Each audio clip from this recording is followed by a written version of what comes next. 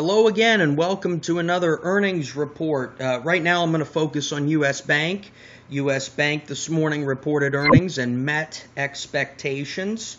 U.S. Bank is I guess you'd call it a big bank, but it's a little bit smaller than your Bank of America's, your Citigroup, etc. However, they are a part of the bank's subsector of the S&P 500, so they are one of the larger banks in the country. They have been slowly and steadily growing earnings over the past few years, and despite a miss last quarter, they've been pretty consistent in meeting or beating analyst expectations, and they do so in a very close, conservative manner.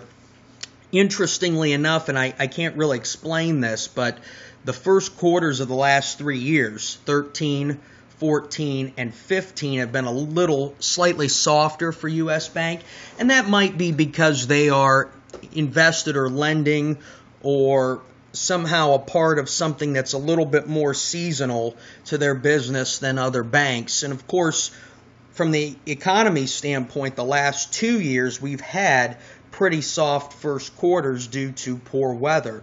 So that may be related in this, and it's not a cause of concern on my part. It's just something that should be noted when you're looking at these earnings. You know, going forward too, they're expecting solid earnings growth over the next couple of years.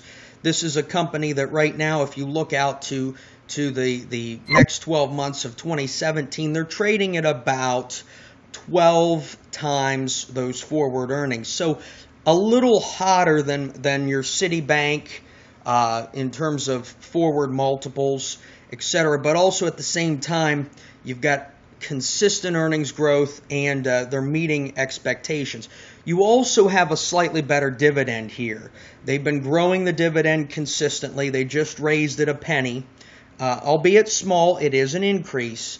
And the yield has really, over the last 12 months, stuck between 2.2 and 2.5%, but most of the time is in the 2.3s and 2.4s. So it's a much better dividend yield than you're going to see out of Citigroup or Bank of America, and really one of the upper echelons of the big banks in terms of dividends.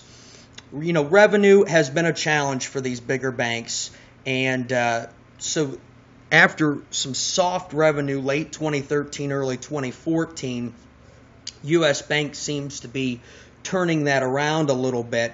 It isn't something that I expect them to go gangbusters on any time in the near future, despite the fact that we do have higher interest rates coming down the road.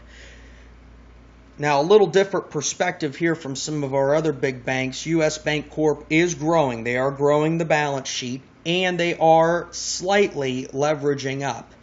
You know, 8.5 to 1 debt to equity ratio, or in this case 8.25, isn't something to really panic about. It's a pretty healthy leverage for a large bank, and so you know, they're in a position now with healthier earnings, healthier assets, to where they can start to leverage up a little bit. And we'll keep our eye on it as quarters go forward to make sure that they're not leveraging it too hot, so to speak.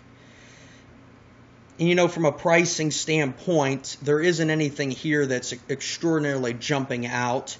They are priced at a little bit better of a premium than your larger banks. You know, they're 70% over book value when it comes to market cap. And so in the event that something were to happen, and I don't know what it would be, and it would take a long time for it to unfold, but, you know, to go down to book value, U.S. Bank Corp could drop substantially in order to do that. But I don't see any of that risk going forward.